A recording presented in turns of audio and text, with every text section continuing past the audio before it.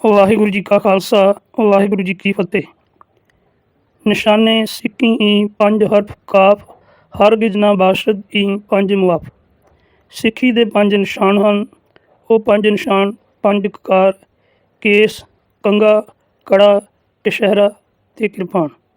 ਅੱਜ ਅਸੀਂ ਕੇਸਾਂ ਦੀ ਬਾਬਤ ਗੱਲ ਕਰਾਂਗੇ। ਵੈਸੇ ਤਾਂ ਕੇਸ ਸਾਰੇ ਸੰਸਾਰ ਦੇ ਜਿੰਨੇ ਵੀ ਧਾਰਮਿਕ ਪੈਗੰਬਰ ਹੋਏ ਹਨ ਉਹ ਕੇਸਾਧਾਰੀ ਹੋਏ ਹਨ ਅਤੇ ਉਹਨਾਂ ਨੇ ਕੇਸਾਂ ਦੀ ਬੇਅਦਬੀ ਨਹੀਂ ਕੀਤੀ। ਇਹਨਾਂ ਤੋਂ ਇਲਾਵਾ ਕਈ ਫਿਲਾਸਫਰ ਵੀ ਹੋਏ ਹਨ, ਵਿਦਵਾਨ ਵੀ ਹੋਏ ਹਨ, ਜਿਨ੍ਹਾਂ ਨੇ ਇਹਨਾਂ ਕੇਸਾਂ ਦੀ ਬਾਬਤ, ਕੇਸਾਂ ਦੀ ਮਹਾਨਤਾ ਨੂੰ ਸਮਝਦਿਆਂ ਹੋਇਆਂ ਕੇਸਾਂ ਦੀ ਬੇਅਦਬੀ ਨਹੀਂ ਕੀਤੀ। ਕੇਸ ਪਰਮਾਤਮਾ ਵੱਲੋਂ ਮਿਲੀ ਹੋਈ ਜੀਵਨ ਨੂੰ ਇੱਕ ਦਾਤ ਹੈ, ਜਿਸ ਦੇ ਬਹੁਤ ਸਾਰੇ ਲਾਭ ਹਨ, ਜੋ ਇਸ ਦੀ ਸਰੀਰਕ ਸੁਰੱਖਿਆ ਵਾਸਤੇ ਵੀ ਔਰ ਇਸ ਦੇ ਸਰੀਰ ਨੂੰ ਨਿਰੋਗ ਰੱਖਣ ਵਾਸਤੇ ਵੀ ਪਰਮਾਤਮਾ ਨੇ ਇਹ ਦਾਤ ਬਖਸ਼ਿਸ਼ ਕੀਤੀ ਹੋਈ ਹੈ। ਸਿੱਖੀ ਦੇ ਵਿੱਚ ਸ੍ਰੀ ਗੁਰੂ ਨਾਨਕ ਦੇਵ ਜੀ ਨੇ ਬਚਨ ਉਚਾਰਨ ਕੀਤੇ ਹਨ, ਸੋਹਣੇ ਨੱਕ ਜਿਨ ਲਮੜੇ ਵਾਲਾ। ਭਗਤ ਰਵਿਦਾਸ ਜੀ ਦੇ ਬਚਨ ਮਿਲਦੇ ਹਨ, ਬੰਕੇ ਬਾਲ ਪਾਗ ਸਿਰ ਡੇਰੀ। ਗੁਰੂ ਰਾਮਦਾਸ ਪਾਤਸ਼ਾਹ ਜੀ ਦੇ ਬਚਨ ਹਨ, ਹਰ ਹਰ ਨਾਮ ਦ੍ਰਿੜਾਇਓ ਗੁਰ ਮੀਠਾ, ਗੁਰ ਪਗ ਝਾਰੇ ਹਮ ਬਾਲ। ਗੁਰੂ ਅਰਜਨ ਦੇਵ ਜੀ ਦੇ ਸੋਹੀ ਰਾਗ ਦੇ ਅੰਦਰ ਬਚਨ ਹਨ, ਕੇਸਾਂ ਕਾ ਕਰ ਬੀਜਣਾ ਸੰਤ ਚੌਰ ਟੁਲਾਵਾ। ਗੂਜਰੀ ਰਾਗ ਦੇ ਅੰਦਰ ਗੁਰੂ ਅਰਜਨ ਦੇਵ ਜੀ ਦੇ ਬਚਨ ਹਨ, ਕੇਸ ਸੰਗ ਦਾਸ ਪਗ ਝਾਰੋਂ ਇਹ ਹੈ ਮਨੋਰਥ ਮੋਰ। ਇਸ ਤੋਂ ਇਲਾਵਾ ਹੋਰ ਵੀ ਕੇਸਾਂ ਔਰ ਵਾਲਾਂ ਦੇ ਸੰਬੰਧ ਵਿੱਚ ਗੁਰਬਾਣੀ ਵਿੱਚ ਪੰਕਤੀਆਂ ਜਿਹੜੀਆਂ ਹਨ ਮਿਲ ਜਾਂਦੀਆਂ ਹਨ। ਗੁਰੂ ਨਾਨਕ ਦੇਵ ਜੀ ਨੇ ਭਾਈ ਮਰਦਾਨਾ ਜੀ ਨੂੰ ਉਪਦੇਸ਼ ਕਰਦਿਆਂ ਹੋਇਆਂ ਬਚਨ ਕੀਤੇ ਸਨ ਕਿ ਮਰਦਾਨਾ ਕੇਸ ਨਹੀਂ ਕਟਾਉਣੇ, ਅੰਮ੍ਰਿਤ ਵੇਲੇ ਦੀ ਸੰਭਾਲ ਕਰਨੀ, ਅੰਮ੍ਰਿਤ ਵੇਲੇ ਉੱਠ ਕੇ ਨਾਮ ਜਪਣਾ। ਤੀਸਰਾ, ਆਏ ਹੋਏ ਅਤਿਥੀ ਦੀ ਸੇਵਾ ਭਾਵਨਾ, ਸੇਵਾ ਟਹਿਲ ਕਰਨੀ। ਸੋ ਪ੍ਰਥਮ ਸ੍ਰੀ ਗੁਰੂ ਨਾਨਕ ਦੇਵ ਜੀ ਨੇ ਮਰਦਾਨਾ ਜੀ ਨੂੰ ਇਹ ਸਿੱਖਿਆ ਦਿੱਤੀ ਸੀ ਕਿ ਕੇਸ ਨਹੀਂ ਕਟਾਉਣੇ। ਜਦੋਂ ਅਸੀਂ ਦੇਖਦੇ ਹਾਂ ਜਿਸ ਵਕਤ ਗੁਰੂ ਗੋਬਿੰਦ ਸਿੰਘ ਜੀ ਨੇ ਖੰਡੇ ਬਾਟੇ ਦੀ ਦਾਤ ਦਿੱਤੀ ਅਤੇ ਉਸ ਵਕਤ ਇਹਨਾਂ ਪੰਜ ਕਕਾਰਾਂ ਦੀ ਬਖਸ਼ਿਸ਼ ਕੀਤੀ, ਉਹਨਾਂ ਪੰਜ ਕਕਾਰਾਂ ਦੇ ਵਿੱਚ ਕੇਸ ਵੀ ਆਉਂਦੇ ਹਨ। ਕੇਸਾਂ ਦੀ ਮਹਾਨਤਾ ਜਿਹੜੀ ਹੈ ਉਹ ਵੇਖੀ ਜਾਂਦੀ ਹੈ ਕਿ ਸਤਿਗੁਰਾਂ ਨੇ ਪੰਜਾਂ ਤਖਤਾਂ ਦੇ ਵਿੱਚੋਂ ਇੱਕ ਤਖਤ ਦਾ ਨਾਮ ਵੀ ਕੇਸਗੜ੍ਹ ਰੱਖਿਆ ਹੋਇਆ ਹੈ। ਇਸ ਤੋਂ ਇਲਾਵਾ ਜਿਸ ਵਕਤ ਪੀਰ ਬੁੱਧੂ ਸ਼ਾਹ ਭੰਗਾਣੀ ਦੇ ਯੁੱਧ ਵਿੱਚ ਆਪਣੇ ਸੈਂਕੜੇ ਮੁਰੀਦਾਂ ਅਤੇ ਪੁੱਤਰਾਂ ਅਤੇ ਭਰਾਵਾਂ ਦੇ ਸਮੇਤ ਗੁਰੂ ਗੋਬਿੰਦ ਸਿੰਘ ਜੀ ਦੀ ਸਹਾਇਤਾ ਵਾਸਤੇ ਆਏ ਸਨ, ਜੰਗ ਫਤਿਹ ਹੋਈ ਅਤੇ ਪੀਰ ਜੀ ਵਿਦਾ ਹੋਣ ਲਈ ਸਤਿਗੁਰੂ ਜੀ ਤੋਂ ਆਗਿਆ ਲੈਣ ਵਾਸਤੇ ਆਏ।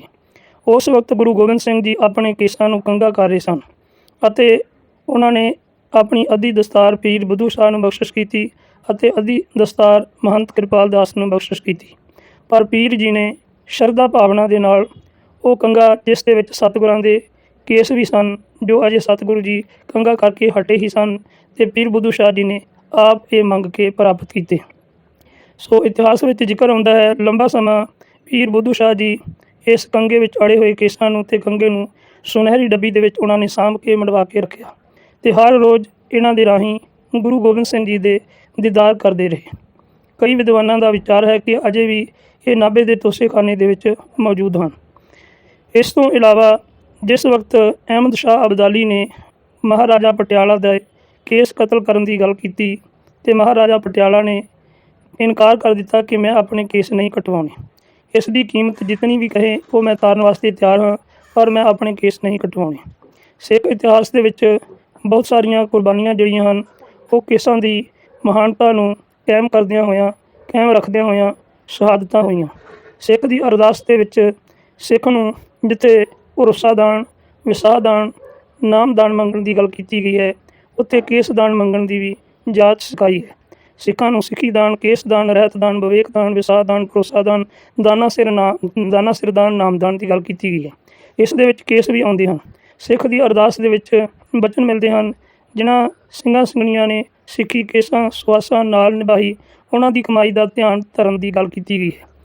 ਕੇਸ ਜਿਹੜੇ ਹਨ ਸਰੀਰ ਦੀ ਸੁਰੱਖਿਆ ਵਾਸਤੇ ਪਰਮਾਤਮਾ ਨੇ ਇਹ ਹੋਰ ਅੰਗਾਂ ਜਾਂ ਹੋਰ ਦਾਤਾਂ ਦੀ ਤਰ੍ਹਾਂ ਇਹ ਕੇਸ ਵੀ ਪਰਮਾਤਮਾ ਦੀ ਦਿੱਤੀ ਹੋਈ ਇੱਕ ਦਾਤ ਹੈ ਔਰ ਸਿੱਖ ਧਰਮ ਨੇ ਇਸ ਨੂੰ ਜ਼ਰੂਰੀ ਕਰਾਰ ਦਿੱਤਾ ਹੈ ਔਰ ਸਿੱਖਾਂ ਦੇ ਵਿੱਚ ਕੇਸਾਂ ਨੂੰ ਗੁਰੂ ਕੀ ਮੋਹਰ ਮੰਨਿਆ ਜਾਂਦਾ ਹੈ। ਜਿਸ ਤਰ੍ਹਾਂ ਕਿ ਕਿਸੇ ਵੀ ਮਹਿਕਮੇ ਦੇ ਮੁਲਾਜ਼ਮ ਦੇ ਕੋਲ ਉਸ ਦਾ ਆਇਡੈਂਟੀ ਕਾਰਡ, ਸ਼ਨਾਖਤੀ ਕਾਰਡ ਆਦਿਕ ਹੁੰਦੇ ਹਨ, ਇਸੇ ਹੀ ਤਰ੍ਹਾਂ ਸਿੱਖ ਦੇ ਕੋਲ ਇਹ ਕੇਸ ਜਿਹੜੇ ਹਨ ਸਿੱਖ ਦੀ ਅਡਰੀ ਅਤੇ ਨਿਆਰੀ ਪਛਾਣ ਦੇ ਪ੍ਰਤੀਕ ਹਨ। ਕੇਸਾਂ ਕਰਕੇ ਸਿੱਖ ਜਿਹੜਾ ਹੈ ਉਹ ਲੱਖਾਂ ਦੇ ਵਿੱਚੋਂ ਪਛਾਣਿਆ ਜਾਂਦਾ ਹੈ।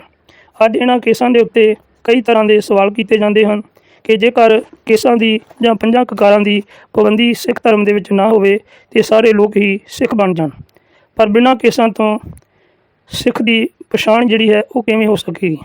ਇਸ ਕਰਕੇ ਕੇਸਾਂ ਕਰਕੇ ਇਹਨਾਂ ਪੰਜਾਂ ਕਕਾਰਾਂ ਕਰਕੇ ਹੀ ਸਿੱਖ ਦੀ ਵੱਖਰੀ ਪਛਾਣ ਹੈ। ਔਰ ਜਦੋਂ ਅਸੀਂ ਦੇਖਦੇ ਹਾਂ ਹਿੰਦੁਸਤਾਨ ਦੇ ਵਿੱਚ ਬੁੱਧ ਧਰਮ, ਜਿਸ ਨੂੰ ਕਦੀ ਏਸ਼ੀਆ ਦਾ ਚਾਨਣ ਮੰਨਿਆ ਜਾਂਦਾ ਸੀ, ਅੱਜ ਲਗਭਗ ਅਲੋਪ ਹੀ ਹੋ ਚੁੱਕਾ ਹੈ। ਡਾਕਟਰ ਰਾਧਾ ਕ੍ਰਿਸ਼ਨਨ ਜੋ ਭਾਰਤ ਦੇ ਸਾਬਕਾ ਰਾਸ਼ਟਰਪਤੀ ਸਨ, ਉਹਨਾਂ ਨੇ ਆਪਣੀ ਇੱਕ ਪੁਸਤਕ ਦੇ ਵਿੱਚ ਜ਼ਿਕਰ ਕੀਤਾ ਹੈ ਕਿ ਹਿੰਦੂ ਧਰਮ ਨੇ ਭਰਾ ਵਾਲੀ ਗਲਵੱਕੜੀ ਦੇ ਵਿੱਚ ਲੈ ਕੇ ਬੁੱਧ ਧਰਮ ਦਾ ਗਲਾ ਘੁੱਟ ਦਿੱਤਾ। ਜੇਕਰ ਅੱਜ ਸਿੱਖ ਧਰਮ ਜਿਹੜਾ ਹੈ ਬ੍ਰਾਹਮਣੀ ਮਰਜ਼ਾਦਾ ਦੇ ਵਿੱਚ ਜਜ਼ਬ ਹੋਣ ਤੋਂ ਬਚਿਆ ਹੈ ਅਤੇ ਉਹ ਆਪਣੇ ਇਹਨਾਂ ਪੰਜਾਂ ਕਕਾਰਾਂ ਕਰਕੇ।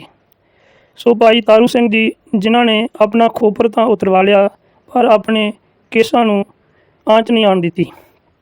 ਅਜਿਹੀਆਂ ਬਹੁਤ ਸਾਰੀਆਂ ਸਾਖੀਆਂ ਜਿਹੜੀਆਂ ਹਨ ਮਿਲਦੀਆਂ ਹਨ। ਕਦੀ ਸਮਾਂ ਸੀ ਕਿ ਕੇਸ ਕੱਟਣਾ ਪਾਪ ਅਪਰਾਧ ਮੰਨਿਆ ਜਾਂਦਾ ਸੀ, ਜਾਂ ਕਿਸੇ ਨੂੰ ਦੰਡ ਦੇਣਾ ਹੁੰਦਾ ਸੀ ਅਤੇ ਉਸ ਦੇ ਕੇਸ ਕੱਟ ਦਿੱਤੇ ਜਾਂਦੇ ਸਨ। ਬਾਈਬਲ ਦੇ ਵਿੱਚ ਵੀ ਇੱਕ ਪ੍ਰਸੰਗ ਮਿਲਦਾ ਹੈ ਕਿ ਜੋਰੇ ਦਾ ਨਿਵਾਸੀ ਸੈਮਸਨ, ਜੋ ਕਿ ਇੱਕ ਵੱਡਾ ਪਹਿਲਵਾਨ ਸੀ ਅਤੇ ਜਿਸ ਨੇ ਬਿਨਾਂ ਸ਼ਸਤਰ ਤੋਂ ਹੀ ਸ਼ੇਰ ਮਾਰ ਦਿੱਤਾ ਸੀ, ਔਰ ਖੋਤੇ ਦੀ ਹੱਡੀ ਦੇ ਨਾਲ ਉਸਨੇ ਬਹੁਤ ਸਾਰੇ ਆਦਮੀਆਂ ਨੂੰ ਮਾਰ ਮੁਕਾਇਆ। ਇੱਕ ਵਾਰੀ ਉਸ ਦੇ ਦੁਸ਼ਮਣਾਂ ਨੇ ਸੰਗਲਾਂ ਦੇ ਨਾਲ ਸੈਮਸਨ ਨੂੰ ਜਕੜ ਕੇ ਅਤੇ ਇੱਕ ਕਮਰੇ ਵਿੱਚ ਬੰਦ ਕਰ ਦਿੱਤਾ। ਉਹ ਸਾਰੇ ਬੰਧਨਾਂ ਨੂੰ ਤੋੜ ਕੇ ਅਤੇ ਬਾਹਰ ਆ ਗਿਆ। ਫਿਰ ਇੱਕ ਇਸਤਰੀ ਦੇ ਪ੍ਰੇਮ ਵਿੱਚ ਫਸ ਗਿਆ।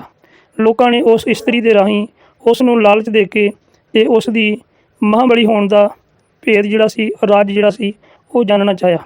ਉਹ ਇਸਤਰੀ ਦੇ ਪ੍ਰੇਮ ਵਿੱਚ ਆ ਕੇ ਅਤੇ ਆਪਣਾ ਇਹ ਰਾਜ ਜਿਹੜਾ ਸੀ ਉਸਨੇ ਉਸ ਨੂੰ ਦੱਸ ਦਿੱਤਾ ਕਿ ਮੇਰੇ ਸਿਰ ਦੇ ਕੇਸ ਜਿਹੜੇ ਹਨ ਉਹ ਅਜੇ ਤੱਕ ਕਿਸੇ ਨੇ ਨਹੀਂ ਕੱਟੇ, ਇਸ ਕਰਕੇ ਮੇਰੀ ਤਾਕਤ ਦਾ ਰਾਜ ਜਿਹੜਾ ਹੈ ਉਹ ਇਹ ਕੇਸ ਹੀ ਹਨ। ਫਿਰ ਉਸ ਦੇ ਦੁਸ਼ਮਣਾਂ ਨੇ ਇਹ ਰਾਜ ਦਾ ਪਤਾ ਕਰਕੇ ਅਤੇ ਉਸ ਦੇ ਸੁੱਤੇ ਪਏ ਦੇ ਕੇਸ ਕਟਵਾ ਕੇ ਉਸ ਨੂੰ ਚਾਰੋਂ ਪਾਸਿਓਂ ਤੋਂ ਘੇਰ ਕੇ ਅਤੇ ਜਕੜ ਲਿਆ। ਸੈਮਸਨ ਨੇ ਛੁਟਕਾਰੇ ਲਈ ਬਹੁਤ ਜ਼ੋਰ ਲਾਇਆ ਪਰ ਉਹ ਛੁੱਟ ਨਾ ਸਕਿਆ। ਉਸ ਦੀ ਤਾਕਤ ਇਹਨਾਂ ਕੇਸਾਂ ਦੇ ਨਾਲ ਹੀ ਸਮਾਪਤ ਹੋ ਗਈ। ਅੰਤ ਉਸ ਦੇ ਦੁਸ਼ਮਣਾਂ ਨੇ ਉਸ ਨੂੰ ਜੇਲ੍ਹ ਵਿੱਚ ਡੱਕ ਦਿੱਤਾ, ਉਸ ਦੀਆਂ ਅੱਖਾਂ ਕੱਢ ਦਿੱਤੀਆਂ। ਇਹ ਘਟਨਾ ਜਿਹੜੀ ਹੈ ਬਾਈਬਲ ਦੇ ਵਿੱਚ ਆਉਂਦੀ ਹੈ। ਰਵਿੰਦਰਨਾਥ ਟੈਗੋਰ ਜਿਹੜੇ ਸਨ ਉਹ ਵੀ ਆਪਣੇ ਕੇਸ ਰੱਖਦੇ ਸਨ, ਭਾਵੇਂ ਕਿ ਉਹ ਸਿਰ ਦੇ ਕੇਸ ਪਛਾਣ ਨੂੰ ਆਉਂਦੇ ਸਨ। ਸੋ ਹਿੰਦੁਸਤਾਨ ਦੇ ਪੁਰਾਣੇ ਰਿਸ਼ੀ ਮੁਨੀ ਦੇਵਤੇ ਜਿਹੜੇ ਹਨ ਉਹ ਵੀ ਕੇਸਾਧਾਰੀ ਹੋਏ ਹਨ। ਸਿੱਖ ਧਰਮ ਦੇ ਵਿੱਚ ਕੇਸ ਜਿਹੜੇ ਹਨ ਉਹ ਜ਼ਰੂਰੀ ਹਨ ਅਤੇ ਸਿੱਖ ਦੇ ਪੰਜ ਕਕਾਰਾਂ ਵਿੱਚ ਇਹਨਾਂ ਨੂੰ ਸ਼ਾਮਲ ਕੀਤਾ ਗਿਆ ਹੈ। ਗੁਰੂ ਗੋਬਿੰਦ ਸਿੰਘ ਜੀ ਦੇ ਅਨੰਨ ਸਿੱਖ ਭਾਈ ਨੰਦ ਲਾਲ ਜੀ ਆਖਦੇ ਹਨ ਕਿ ਮੈਂ ਗੁਰੂ ਗੋਬਿੰਦ ਸਿੰਘ ਜੀ ਦੀ ਇੱਕ ਇੱਕ ਲੱਟ ਤੋਂ ਇੱਕ ਇੱਕ ਕੇਸ ਤੋਂ ਆਪਣੇ ਦੋ ਦੋ ਜਹਾਨ ਕੁਰਬਾਨ ਕਰਦਾ ਹਾਂ। ਹਰ ਦੋ ਆਲਮ ਕੀਮਤੇ ਜਗ ਤਾਰ ਮੂਏ ਜਾਲਮਾ, ਦੀਨ ਦੁਨੀਆ ਦਰਕ ਮੰਦੇ ਆਪ ਹਰੀ ਰੁਖਸਾਰਮਾ, ਹਰ ਦੋ ਆਲਮ ਕੀਮਤੇ ਜਗ ਤਾਰ ਮੂਏ ਜਾਲਮਾ, ਭਾਈ ਨੰਦ ਲਾਲ ਜੀ ਦੇ ਬਚਨ ਹਨ। ਸੋ ਇਹਨਾਂ ਕੇਸਾਂ ਦੇ ਸੰਬੰਧ ਵਿੱਚ ਇਹਨਾਂ ਦੀ ਮਹਾਨਤਾ ਦਰਸਾਉਂਦੀ ਹੋਈ ਇੱਕ ਪੁਸਤਕ, ਇੱਕ ਕਿਤਾਬਚਾ ਸਰਦਾਰ ਸਰੂਪ ਸਿੰਘ ਅਲੱਗ ਜੀ ਨੇ ਲਿਖਿਆ ਹੈ, ਜਿਸ ਦੇ ਵਿੱਚ ਇਹਨਾਂ ਕੇਸਾਂ ਦੀ ਮਹਾਨਤਾ ਜਿਹੜੀ ਹੈ ਉਹ ਵਿਸਤਾਰ ਦੇ ਨਾਲ ਬਿਆਨ ਕੀਤੀ ਗਈ ਹੈ। ਸੋ ਕੇਸ ਜਿਹੜੇ ਹਨ ਉਹ ਗੁਰੂ ਦੀ ਮੋਹਰ ਹਨ ਅਤੇ ਕੇਸਾਂ ਕਰਕੇ ਹੀ ਸਿੱਖ ਦੀ ਅਡਰੀ ਪਹਿਚਾਣ ਹੈ। ਅੱਜ ਸੰਸਾਰ ਭਰ ਦੇ ਵਿੱਚ ਸਿੱਖ ਇਹਨਾਂ ਕੇਸਾਂ ਦੇ ਕਰਕੇ ਹੀ ਵੱਖਰਾ ਪਹਿਚਾਣਿਆ ਜਾਂਦਾ ਹੈ ਅਤੇ ਲੱਖਾਂ ਵਿੱਚੋਂ ਸਿੱਖ ਦੀ ਪਛਾਣ ਜਿਹੜੀ ਹੈ ਉਹ ਵੱਖਰੀ ਹੈ।